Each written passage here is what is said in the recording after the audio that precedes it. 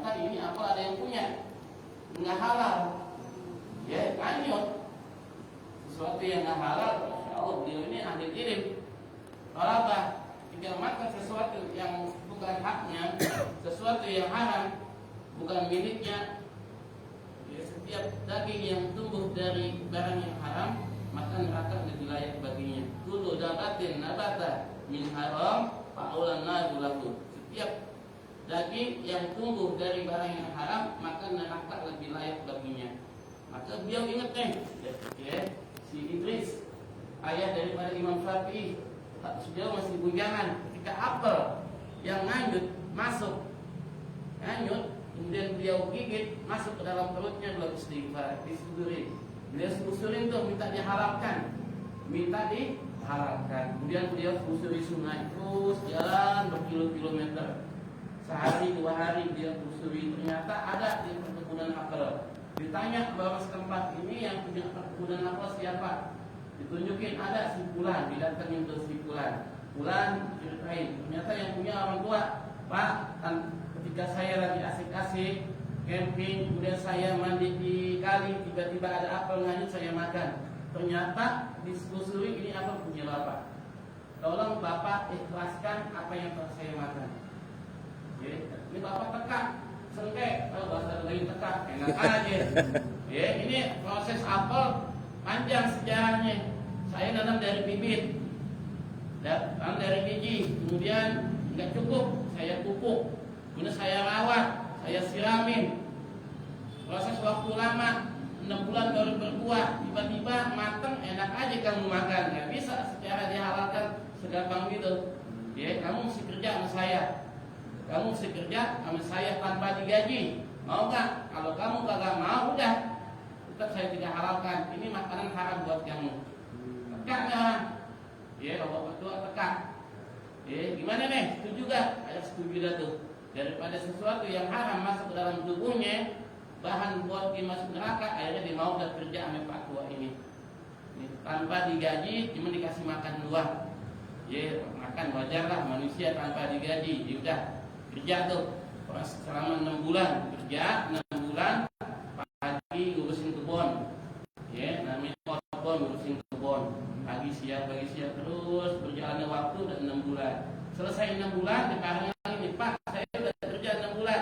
Gimana apel yang saya makan halal apa haram? Kak juga masih haram, nggak cukup. Kamu kerja sudah 6 bulan. Nah, saya punya anak gadis ya, saya punya anak gadis. Ya, apa harus nikahin anak saya? Waduh, enak dong. Bingung nih. Asur. Mau gak? Cuman sebelum saya bilangin, anak saya cacat, kakinya lumpuh, terus tangannya semper, matanya buta. Mau gak? Ini anak muda bingung, apa yang dipakai ini? Ya, mau dipakai nih. Kalau kagak mau, udah. Ini barang apa yang dimakan, sesuatu yang telah masuk ke dalam tubuh kamu haram hukumnya kalau nggak mau. Dimikir, matanya buta, tangannya buntung, semper, kakinya pincang. Buat kondangan gimana ya? Biar buat melawat yang malu, lagi buat kondangan nih. Demi sesuatu yang halal, mau udah. Saya ikhlas, saya nikahin tuh anak putri bapak. Udah, besok ijab kabul. Nah, sebelum ijab kabul kamu lihatin dulu kalau istri kamu ada di dapur. Waktu dilihatin ternyata nggak ada apa-apaan tuh. Ada seorang perempuan biasa, perempuan nggak pincang, nggak buntung, nggak buta, lagi nyuci piring. Perempuan nggak pernah keluar. Ya, wanita rumahan nggak keluar. Jadi lihat, nggak ada nih orang yang pakai kursi roda, nggak ada yang pakai kacamata, nggak ada yang tangannya stroke. Ada cuma seorang wanita di dapur lagi masak.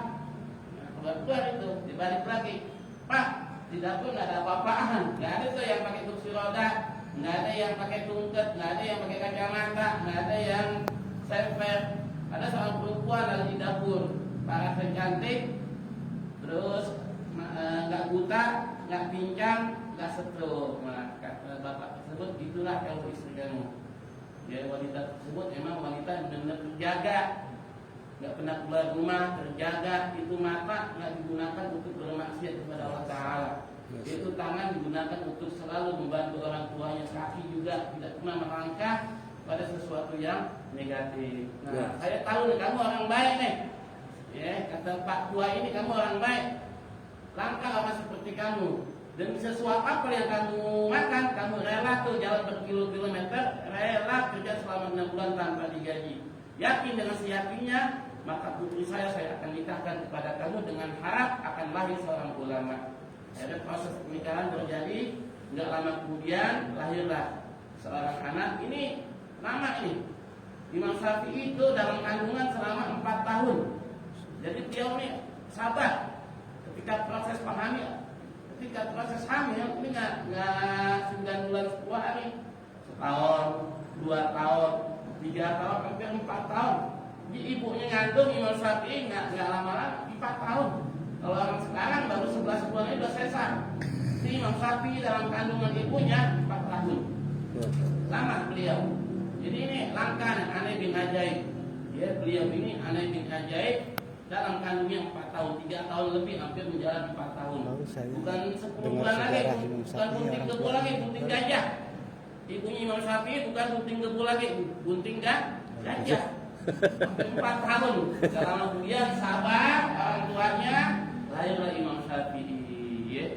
Dalam kemudian orang tuanya yang Nabi Idris meninggal dunia. Jadi Imam Syafi'i lahir dalam keadaan yatim. 7 tahun beliau sudah hafal Quran. 9 tahun beliau udah hafal kitab Muwatta, 15 tahun beliau udah jadi mufti.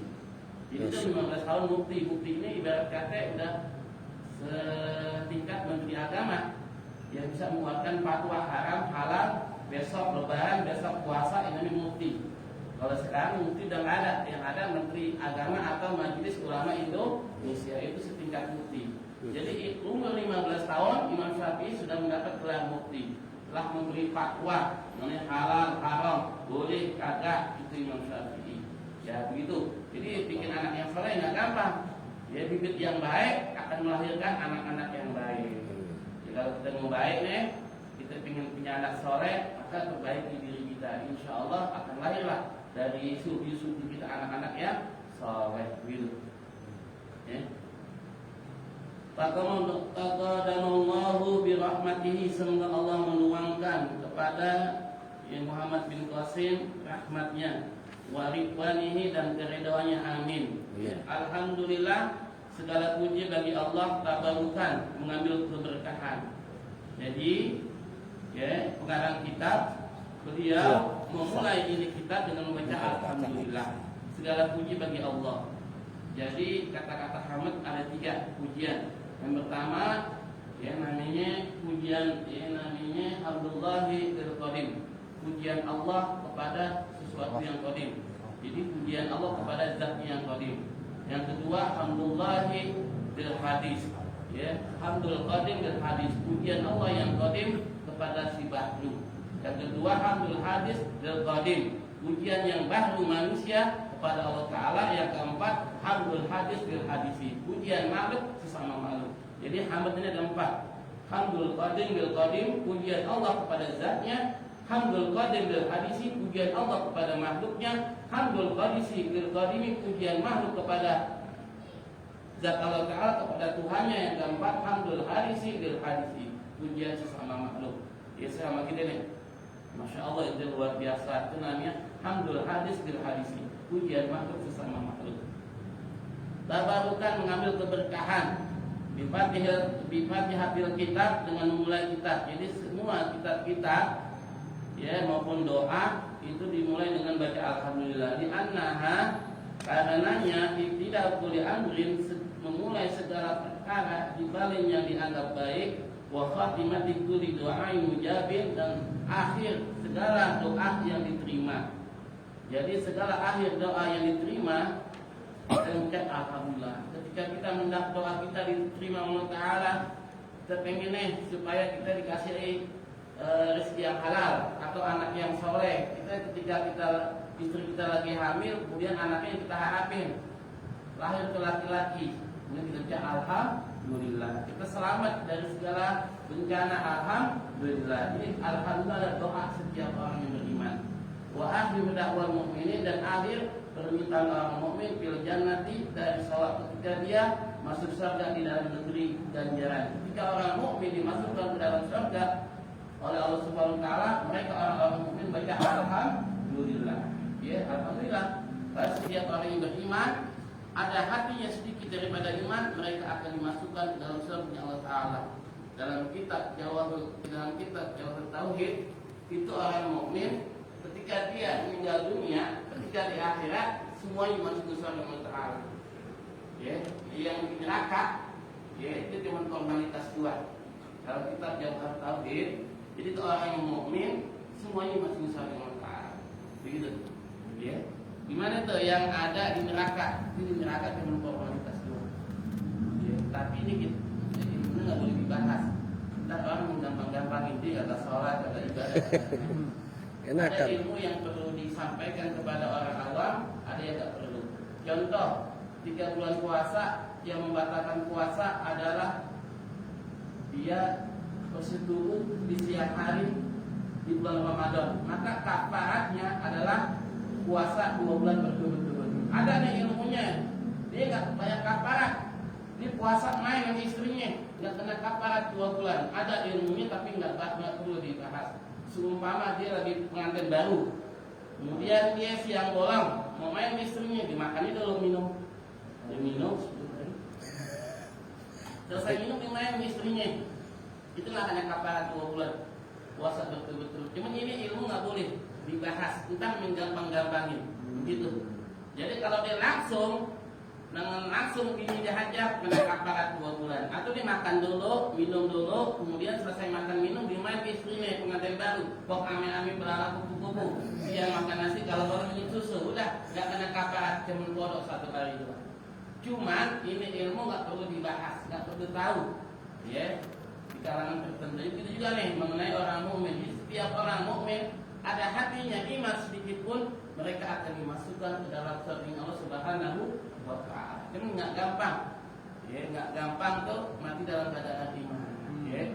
Maka Nabi Abu Bakar dia masih solusi itu. Dia baca zikir tauhid la ilaha illallah al-mawjud fi kulli zaman. La ilaha illallah al-mawjud fi kulli zaman, itu baca. Ya, kita meninggal dunia dalam keadaan husnul khatimah. Ahmaduhu an waffaqa man arada min ibadihi bitafaqquhi fiddin. Aku memuji Allah SWT agar Allah memberi taufik kepada orang yang Allah Ta'ala kehendaki dari hamba-hambanya bitafaqquhi, untuk memahami fiddin dalam ilmu agama. Ala wifqi muradihi, sesuai dengan kehendak Allah Ta'ala. Jadi taufik ini, jadi beda taufik dengan hidayah. Ya, kalau hidayah ini artinya kita telah memeluk Islam. Ya, bapak kita Islam, kakek kita Islam, itu namanya hidayah. Kalau taufiknya al-qudrah ala ta'ah, kemampuan dalam melakukan taat, itu namanya taufik. Taufik itu al-qudrah itu ala ta'ah, itu namanya taufik. Beda. Kalau hidayah artinya agama Islam, kita ini bukan dapat hidayah lagi. Ya, ketika kita mau ngaji, kita mau sholat berjamaah, ketika kita ingin ibadah, rajin, itu namanya taufik. Bukan dapat hidayah, itu biar lo dapat hidayah. Bukan. Hidayah itu artinya agama Islam, tunjuk. Jadi kita udah Islam, bapak kita Islam, kakek kita Islam, itu namanya hidayah. Ketika kita mau taat Allah Ta'ala ya, kita mau hadir majelis ilmu, mau sholat berjamaah, mau silaturahmi, itu namanya taufik. Al-qudratu ala ta'ah, arti kemampuan untuk melakukan taat, itu namanya taufik. Ya. Hidayah agama Islam, taufik arti kemampuan untuk melakukan ketaatan, itu namanya taufik. Ya, bukan hidayah. Hidayah ini artinya agama Islam. Kita telah, alhamdulillah kita telah mendapat agama Islam nih. Bapak kita Islam, kakek kita Islam, buyut kita Islam, itu namanya hidayah. Ketika kita mau hadir di majelis ilmu, mau duduk dengan ulama, mau silaturahmi, mau sholat berjamaah, mau melaksanakan ibadah puasa Ramadan, itu namanya taufik. Al-qudratu ala ta'ah, ya namanya taufik.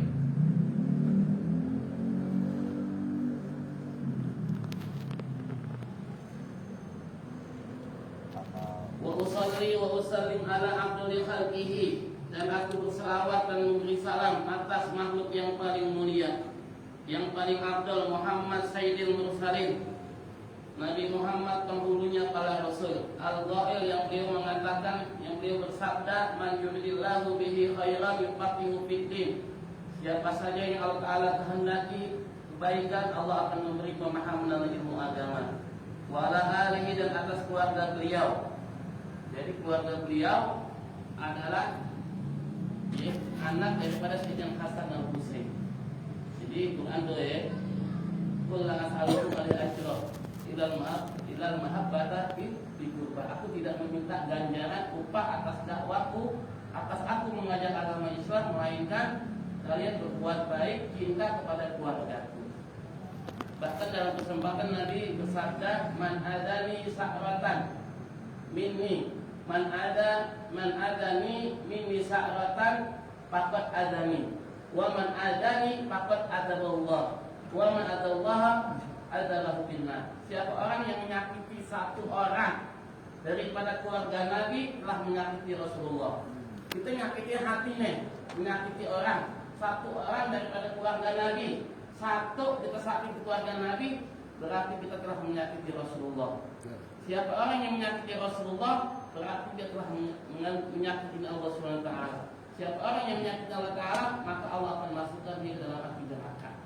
Gitu. Man adani sa'ratan minni faqad adani, wa man adani faqad adallaha, wa man adallaha adalahu binnar. Siapa orang yang menyakiti satu daripada keturunan Nabi, dari keturunan Habaib nih, Habib keturunan Nabi nih, yang silsilah beliau sampai kepada Sayyidina Hasan, Sayyidina Husain binti Sayyidina Fatimah binti Rasulullah. Satu kita ganggu mereka, kita sakiti, bahkan ingkar dengan nasab beliau, maka telah menyakiti Rasulullah.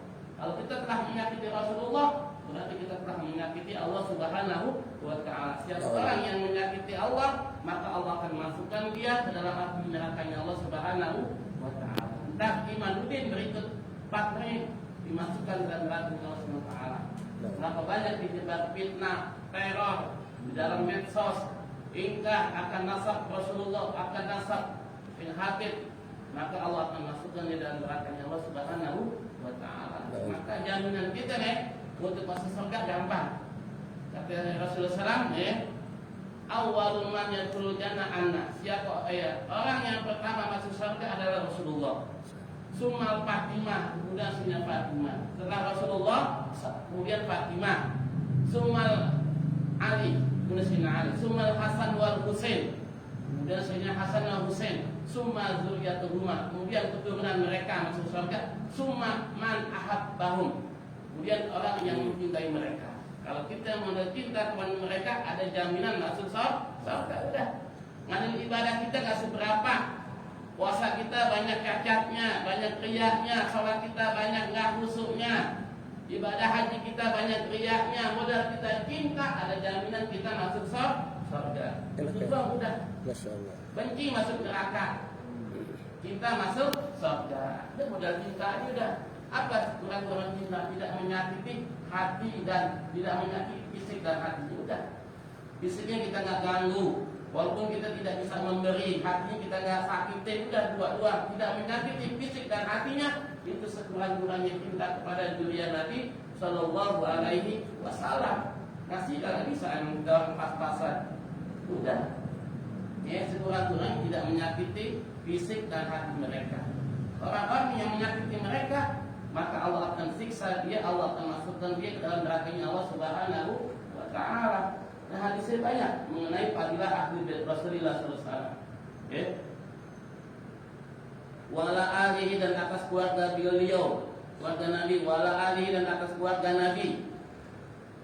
Wa sahbihi, dan para sahabat Nabi. Sayyidina Abu Bakar, Umar, Utsman, wa Ali. Ini makom sahabat tinggi.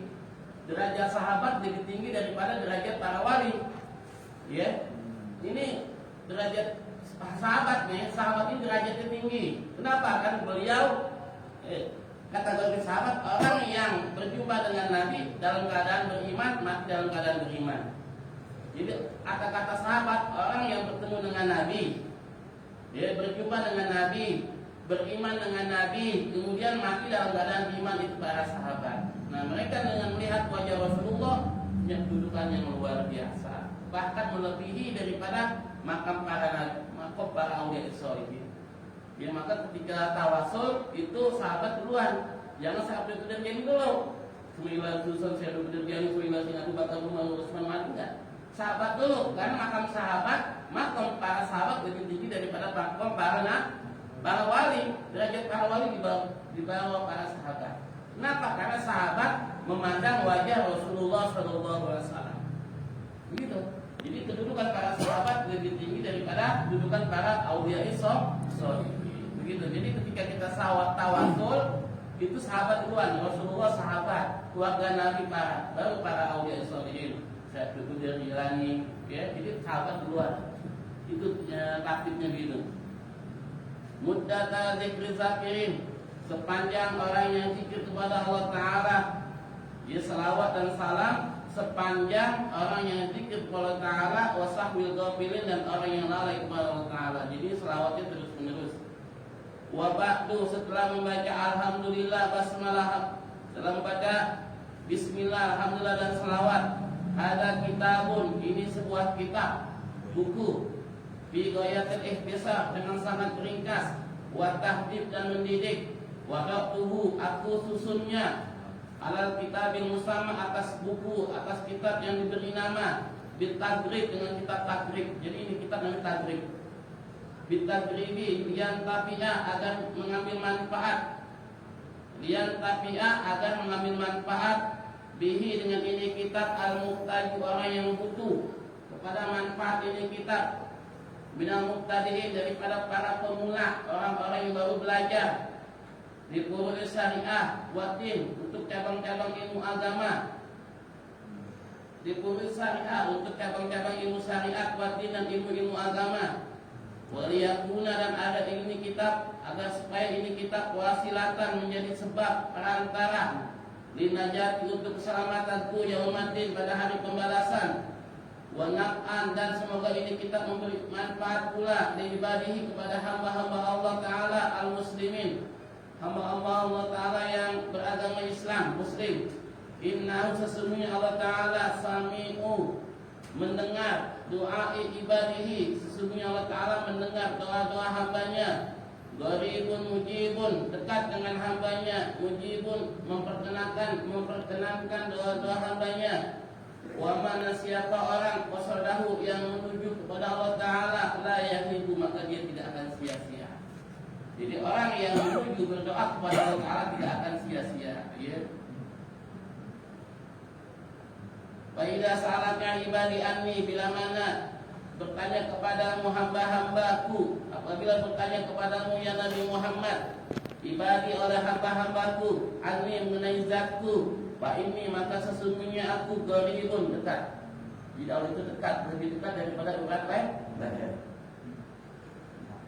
Wa'lam, ketahuilah, annahu, bahwasanya yujadu, ada, biba dinusahi hadal kitab, pada sebagian naskah-naskah kitab ini, bi ghairi khutbati, pada selain pidatonya beliau Imam Abu Qasim, taratan bitadrib, tasmiyatuhu, pemberi namanya, ada pemberi namaan, taratan terkadang bitadrib, beliau memberi nama dengan sebutan tadrib, wa taratan bi ghayatil ihtisar, dalam kesempatan lain terkadang beliau memberi nama kitab beliau namanya Ghayatul Ihtisar. Jadi ini kitab boleh tadrib, boleh Ghayatul Ihtisar, namanya banyak nih. Jadi ini kitab namanya boleh Ghayatul Tadrib atau Ghayatul Ihtisar. Ini namanya doang. Walidzalika, oleh karena itu, sama itu bisma ini aku memberi dua nama. Jadi ini kitab namanya ada dua, ya. Ahaduha, salah satu dari keduanya Fathul Gharib. Jadi yang pertama namanya Fathul Gharib. Ini kitab namanya Fathul Gharib. Al-Mujib, namanya Fathul Gharib Al-Mujib. Artinya Fathul Gharib yang memperkenankan segala jawaban kita. Bisarhi al-Qadid Takrib, di dalam menjelaskan lapat-lapat takrib. Wasani, dan adapun nama yang kedua Al-Qaulul Mukhtar. Jadi nama ini kitab yang pertama Fathul Gharib, yang kedua Al-Qaulul Mukhtar. Artinya pendapat pilihan. Al-Qaulul Mukhtar, pendapat pilihan. Kisah Ghayatul Ihtisar, di dalam mensyarahkan Ghayatul Ihtisar. Lola Sayyidul Imam Abu Thayyib, berkata Tuan Guru Imam Abu Thayyib, wa yastahilu aidan bi Abi Suja, dan terkenal juga dengan sebutan Abi Suja. Sihabil Millah, beliau adalah Sihabil Millah Waddin Ahmad bin Husain. Ya, jadi ini Abu Thayyib ini namanya Ahmad bin Husain bin Ahmad Al-Asbihani, bin Ahmad Al-Asbihani. Sapallahu sarau, semua Allah menuangkan kuburannya. Sabibah rahmat, dengan tuangan rahmat. Warikwana dan keridoannya. Waskanahu, dan Allah tempatkan kepada beliau Abu Thayyib Firdaus Jinan, ke dalam surga Firdaus. Bismillahirrahmanirrahim. Dengan nama Allah yang lagi maha pengasih lagi maha penyayang. Abtadi'u kitab bihada, aku mulai kitabku ini. Jadi pengarang memulai kitabku ini dengan sebutan Bismillah. Wallahu, kata-kata Allah Bismillah, ismun adalah isim, bukan fi'il, bukan huruf. Dalam bahasa Arab ada sebutan isim, fi'il, huruf.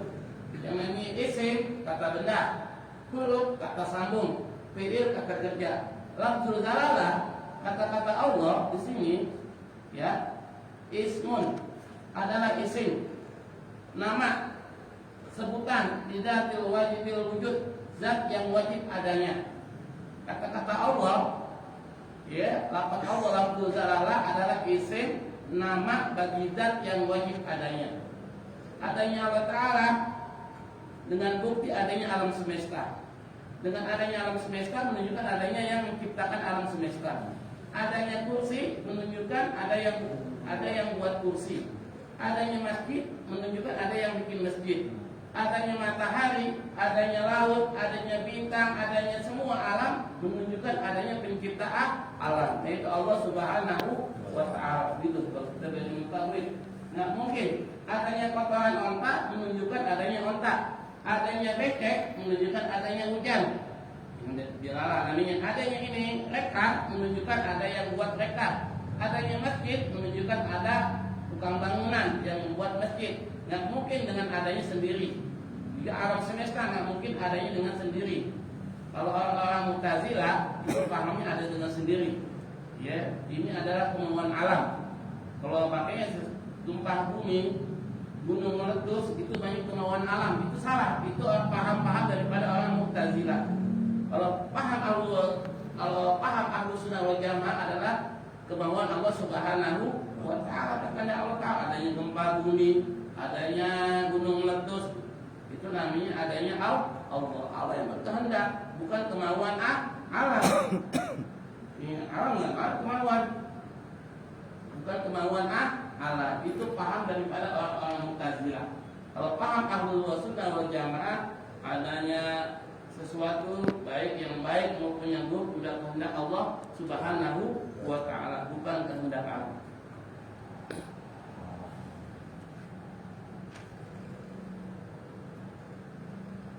Ar-Rahman, kata-kata Rahman adlatu minar Rahim. Dia lebih sampai, lebih mengena dari kata-kata Ar-Rahim. Ar-Rahman artinya Allah Maha Penyayang. Sayangnya Allah Ta'ala umum buat orang mukmin maupun orang kafir. Ya. Di dunia nih. Jadi orang mukmin, orang kafir dikasih tuh. Ya, kasih makan, kasih minum. Itu namanya Ar-Rahman. Karena Ar-Rahim khusus buat orang mukmin. Jadi kata Ar-Rahman umum. Mau dia kafir, dia mau beriman dikasih tuh. Yang penting dia mau usaha. Ya. Cina rajin sedekah, kaya deh. Orang muslim kita dikasih makan. Itu namanya Rahman. Cuma Ar-Rahim enggak. Ar-Rahim khusus buat orang yang beriman. Jadi entah Ar-Rahim orang mukmin semuanya dimasukin ke surganya Allah Subhanahu wa Ta'ala. Gitu. Alhamdulillah, kata-kata alhamdulillah, wassanau 'alallah, yaitu pujian kepada Allah Ta'ala berjamil dengan sesuatu yang bagus. Ala jihad ta'zim, dengan jalan mengagungkan Allah Ta'ala. Rabbi, kata-kata Rabbi, Malik, yaitu raja yang menguasai al-alamin, semesta alam, bifathil lam, dengan memfathahkan lam. Jadi alamin bukan alimin. Alamin artinya alam semesta. Selain Allah Ta'ala, malaikat, manusia, jin itu namanya alam. Ya. Sesuatu yang berakal, jin, malaikat, manusia itu namanya alam. Ya.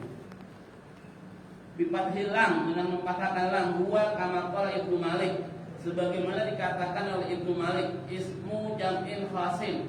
Kata-kata alam adalah isim jamak khusus, biman yaqilu la jam'a, bagi orang yang berakal. Jadi alam ini, kata-kata alam selain Allah Ta'ala bagi orang yang berakal, manusia, jin, malaikat.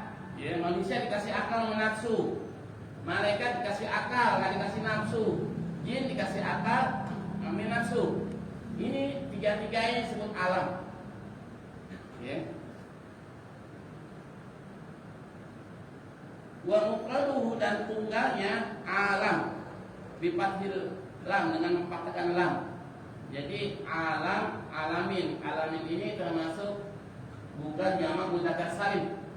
Ya, kata-kata alam bukan jamak mudzakkar salim, namanya sibeh. Mulhaq bidamil mudzakkar salim. Dia sama dengan dikategorikan termasuk isim jamak mudzakkar salim, tapi bukan mudzakkar salim deh, karena tidak memenuhi persyaratan.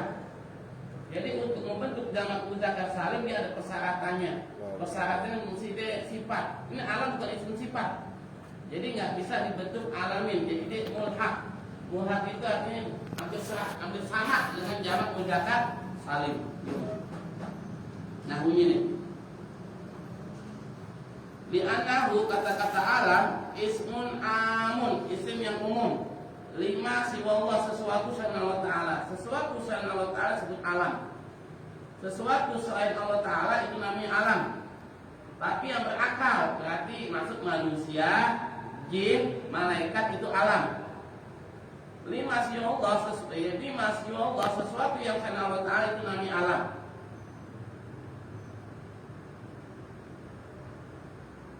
Wal jam'u khasun biman yakil. Kata-kata jamak khas lebih khusus daripada yang berakal. Wassallallahu, semoga Allah mencurahkan rahmat, wassalama, dan salam sejahtera ala sayyidina Muhammadin, atas penghulu kita Nabi Muhammad, an-nabiyyi. Ya, boleh baca an-nabiyyi, boleh an-nabiyyi. Dua nih. An-nabiyyi boleh, an-nabiyyi boleh. An-nabiyyi boleh, an-nabiyyi boleh. Ya, di sini jelasin ya. Jadi kalau kata-kata an-nabi boleh an-nabiin. Dua. Wa bil hamzi, yaitu dengan hamzah, ini dibaca an-nabiin, bukan an-nabiin. Wa tahtihi, atau dengan ya an-nabiin. Ya. Kata-kata nabi insanun. Nabi itu adalah manusia. Jadi nggak termasuk malaikat ataupun jin. Gak ada malaikat itu nabi. Jadi definisi nabi yang pertama insanun, manusia. Gak ada nabi dari golongan malaikat, nggak ada. Nggak ada tuh nabi dari golongan jin, nggak ada. Nggak ada nabi dari golongan setan, nggak ada. Jadi yang pertama nabi itu yang dari golongan manusia. Insanun, nabi itu manusia. Uhiya ilaihi, dapat wahyu. Uhiya ilaihi, dapat uhiya ilaihi, diwahyukan kepadanya. Manusia yang diwahyukan kepadanya. Kalau dia nggak dapat wahyu, bukan manusia. Ya. Manusia dapat wahyu disar'in, dengan satu agama, dengan satu syariat. Ya'mal bihi, kemudian beliau mengamalkan. Dapat wahyu dengan satu syariat, perintah agama dari Allah Ta'ala, ya'malu bihi. Kemudian manusia tersebut mengamalkannya. Di sini ada kurang yang sebenarnya insanun hurun, manusia merdeka. Ya, pertama insanun zakarun, dalam kitab lain jelasin yang pertama insanun zakarun, manusia laki-laki. Si laki-laki yang ada perempuan di sini kurang lengkap. Dalam kitab lain dijelasin tuh yang namanya nabi itu insanun, manusia, zakarun, laki-laki, nggak ada nabi perempuan. Ya. Kalau nabi perempuan kan berarti datang bulan, head. Jadi nabi itu si laki-laki. Maryam itu Siti Maryam dalam Quran bukan nabi ya. Kagak ada nabi perempuan statusnya. Ya, yang pertama dia manusia, laki-laki, hudud, status merdeka. nggak ada tuh nabi itu budak. Statusnya yang merdeka, nggak ada yang budak. Ya, makanya yang namanya Luqmanul Hakim masih diperdebatkan. Udah ini budak statusnya, budak yang dimerdekakan. Nah, dalam definisi ini keluar manusia, laki-laki, merdeka. Terus status budak nggak masuk. Maka Luqmanul Hakim dia nggak termasuk ke seorang rasul, mungkin seorang wali. Ya, karena dari status kata-kata merdeka beliau asalnya budak. Luqmanul Hakim yang dimerdekakan. Jadi status nabi nggak masuk. Yang pertama manusia, keluar tuh jin dan malaikat. Pertama zakarun, laki-laki keluar, wanita nggak termasuk nabi. Hurun, merdeka nggak masuk tuh yang statusnya budak. Ya. Uhiya ilahi, dapat wahyu. Uhiya ilahi, diwahyukan kepadanya, dapat wahyu. Ya, dapat wahyu. Ya malubihi, kemudian beliau mengamalkannya. Apa yang Allah perintahkan diamalkan. Ya. Wa illam yu'mar bitablighihi, sekalipun tidak ada perintah untuk menyampaikannya. Jadi nabi itu laki-laki, manusia, laki-laki, merdeka, dapat wahyu. Tidak ada perintah untuk menyampaikan kepada umat. Itu namanya nabi. Banyak tuh jumlah nabi, ya, nabi dan rasul ada 124.000. Dari 124.000 yang namanya rasul 313. Dari yang 313 ada lagi Quran menyebutkan 25. Dari yang 25 lagi dibagi lagi dengan ulul azmi 5. Dan ulul azmi lagi ada Sayyidul, namanya Sayyidul Imamil Awwalin wal Akhirin, Imamul Anbiya wa Rasul, Nabi Muhammad SAW. Dari 5 ini dipilih di satu. Jadi dari 124.000 dipilih lagi. Nah, 124.000 umum tuh Nabi dan Rasul. Rasul dibatasin 313. Ya, dari 313 Quran memberitakan hanya sekitar 25. Dari 25 ada ulul azmi, nabi yang ketabahan dan kesabaran di atas rata-rata, itu namanya ulul azmi. Dan ulul azmi, maka ulul azmi itu ketika kita penyebutannya nggak boleh ngacak. Yang pertama Nabi Muhammad, nggak boleh dalam kitab Ulul Zolam kalau kita sebutin dari Nabi Nuh, kemudian dari Nabi Nuh, kemudian Nabi Ibrahim, Nabi Isa, Nabi Musa, Isa, Muhammad belakangan haram hukumnya. Jadi dalam penyebutan ulul azmi yang pertama Nabi Muhammad nomor 1, kedua Nabi Ibrahim, ketiga Nabi Musa, keempat Nabi Isa, kelima Nabi Nuh. Gak boleh kita akad dari Nuh duluan, dari yang paling tua duluan. Nabi Nuh, Nabi Ibrahim, Nabi Musa, Nabi Isa, Nabi Muhammad belakangan haram, dosa hukumnya.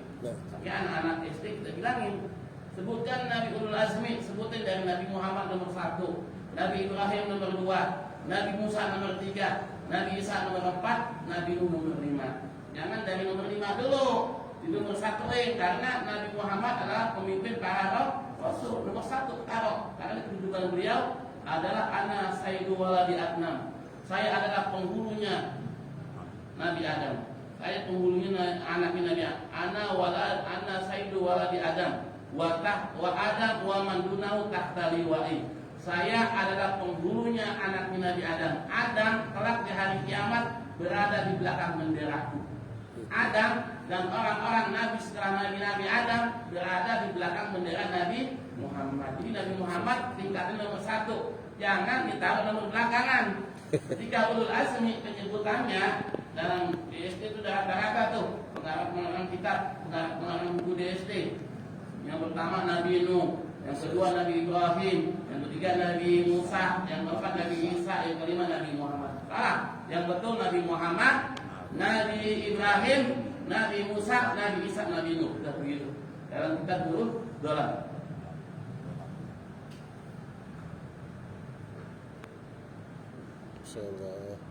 Wa in umira bi tablighihi fa nabiyyun wa rasulun aidan. Jika ada perintah dari Allah Ta'ala untuk menyampaikan itu risalah, itu syariat tentang ilmu agama, panabiyun, maka ia seorang nabi wa rasulun aidan, dan seorang rasul juga. Yang namanya rasul udah pasti nabi. Yang namanya nabi belum tentu rasul. Yang namanya para sekolah udah pasti guru. Tidak setiap guru itu para sekolah, gitu. Ya gitu ya. Jadi Pak Jenagilin guru dan tentu para sekolah. Yang namanya para sekolah tadi guru, naik jadi para sekolah. Begitu. Yang namanya rasul udah pasti nabi. Yang nabi-nabi belum tentu nggak pasti rasul.